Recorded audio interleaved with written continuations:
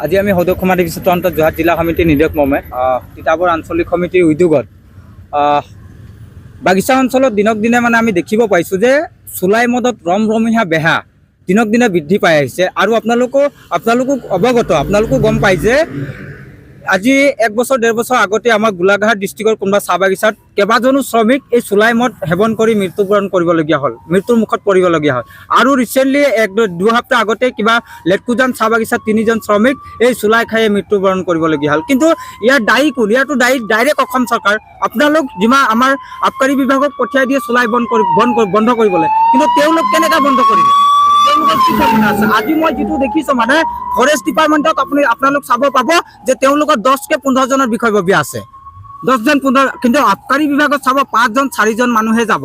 মানে জন্তুতকৈ মানুহৰ মানে কি কয় এইটো গুৰুত্বটো কম যে আমি ইয়াত প্ৰমাণ পাইছোঁ। আৰু অসম চৰকাৰৰ মাননীয় মুখ্যমন্ত্ৰী ডাঙৰীয়া বিশেষকৈ আপোনাক ক'ব খোজোঁ, আপোনাৰ নেতৃত্বত এই যি লালিগুৰ এই চলি আছে, আপুনিয়ে চিণ্ডিকেটটো চলাই আছে। আপুনি যদি সঁচাকৈ আমাৰ চাহ বাগিচা অঞ্চলৰ মানুহবিলাকক ভাল পায়, আমাৰ আদিবাসী মানুহবিলাকক যদি ভাল পায়, আপুনি চুলাই মদ বন্ধ কৰাৰ আগত লালিগুৰটো বন্ধ কৰি দিয়ক, তেতিয়া আমি বহুত ভাল পাম। আৰু এই প্ৰতিবাদী স্থলীৰ পৰা অসমৰ মুখ্যমন্ত্ৰী ডাঙৰীয়া আপোনাক অনুৰোধ জনাইছোঁ, দাবী জনাইছোঁ, আপোনাৰ যদি সাহস আছে আপুনি লালিগুৰ বন্ধ কৰি দিয়ক, তেতিয়া আমি নথৈ আনন্দিত হ'ম। আৰু আমি ক'ম যে সঁচাকৈ অসমৰ মুখ্যমন্ত্ৰী আৰু বিজেপি চৰকাৰখনে আমাৰ আদিবাসী চাহ শ্ৰমিকসকলক আন্তৰিকতাৰে মানে ভাল পায় আৰু আমাৰ জনগোষ্ঠীটোক আগুৱাই নিবলৈ তেওঁলোক সক্ষম হ'ব বুলি আমি অনুভৱ কৰোঁ।